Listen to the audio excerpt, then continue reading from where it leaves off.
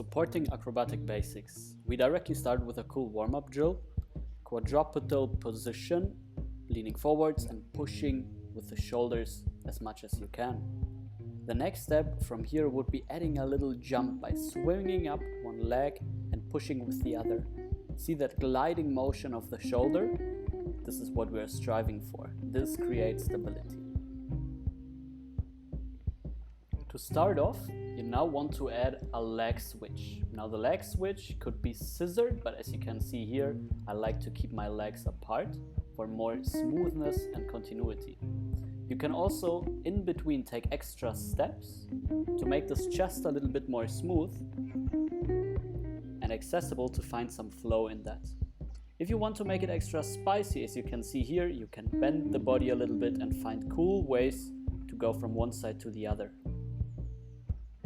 The second step is doing exactly the same thing, but just with one arm. In order to make this more easy, try to keep the body a little bit more sideways for extra stability. Now, if you're scared, you can simply start out with super small hops, as you can see Alini doing here. Very small hops, getting more and more comfortable and taking this move higher and higher. Also, you want to directly bring the swinging leg down for stability on the floor. Okay, let's spice things up. We jump directly into one-arm cartwheels. The ones you see me doing here are quite high, but you don't need to feel intimidated. You can also simply take them a little bit lower. It's basically the same pattern as before, this time taking it from one side to the other with a little bit more momentum, which makes it actually a little bit more easy.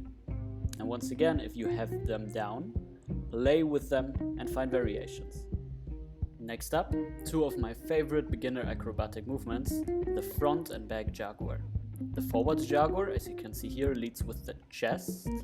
The backwards Jaguar leads with the heel. But basically they are the same pattern. One just goes to the front, one goes to the back. It is really just a small hop from one leg onto the same leg. So instead of doing a cartwheel where you switch legs, you don't switch, but you just hop. If you feel like you know what you're doing, you can try to add some little bit more whack and integrate a pivot, a spin after doing the move for the forward Jaguar. For the backwards Jaguar, you can do the spin before. In a couple of seconds, you can see some variations.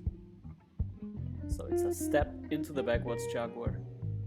Before going into the more advanced variations, make sure to have the coordination down and know which Jaguar is which.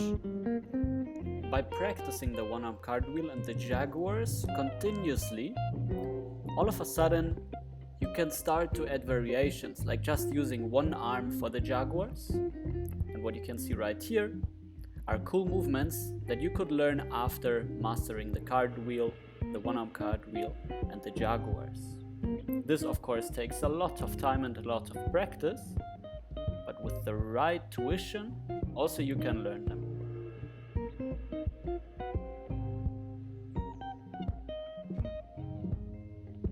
If you like the breakdown of this video and the moves, especially the Jaguars, check out the Finding Flow Integrations online program, which I'm offering and which you can see here, where you will find an in-depth breakdown of all of these moves and many more.